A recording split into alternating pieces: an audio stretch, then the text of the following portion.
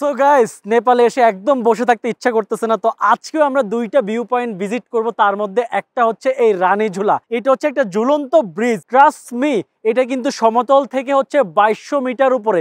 বুঝতে পারতেছেন কত উপরে এটা। আর চারপাশের যে একটা সুন্দর সাউন্ড ঝর্ণার, ওফ, মানে মনোমুগ্ধকর। আর একদম চারদিকে যেদিকে তাকাই না কেন ওইদিকে গ্রিন আর গ্রিন আর গ্রিন, মানে জায়গাটা অসাধারণ। তার মধ্যে এই ব্রিজটা এত পরিমাণ স্ট্রং, এখানে অনেক মানুষ একসাথে উঠলে এই ব্রিজের কিছু হবে না। দেখেন পুরো একটা ঝুলন্ত ব্রিজ, মানে সেই লাগতেছে আমার কাছে। যাই হোক, এই রানী ঝুলা কিন্তু মিস করা যাবে না। তো গাইস, আমি এটা আপনাদেরকে সুন্দর করে ছোট্ট করে ক্যামেরাতে আমি দেখাইতে পারতেছি না। আমি আপনাদেরকে এটা একটা সুন্দর সিনেমেটিক শট দেখাই, আপনারা এই রানী ঝুলাটা এনজয় করেন। এটা টোটালি ক্রেজি একটা ব্রিজ, আসলে অবশ্যই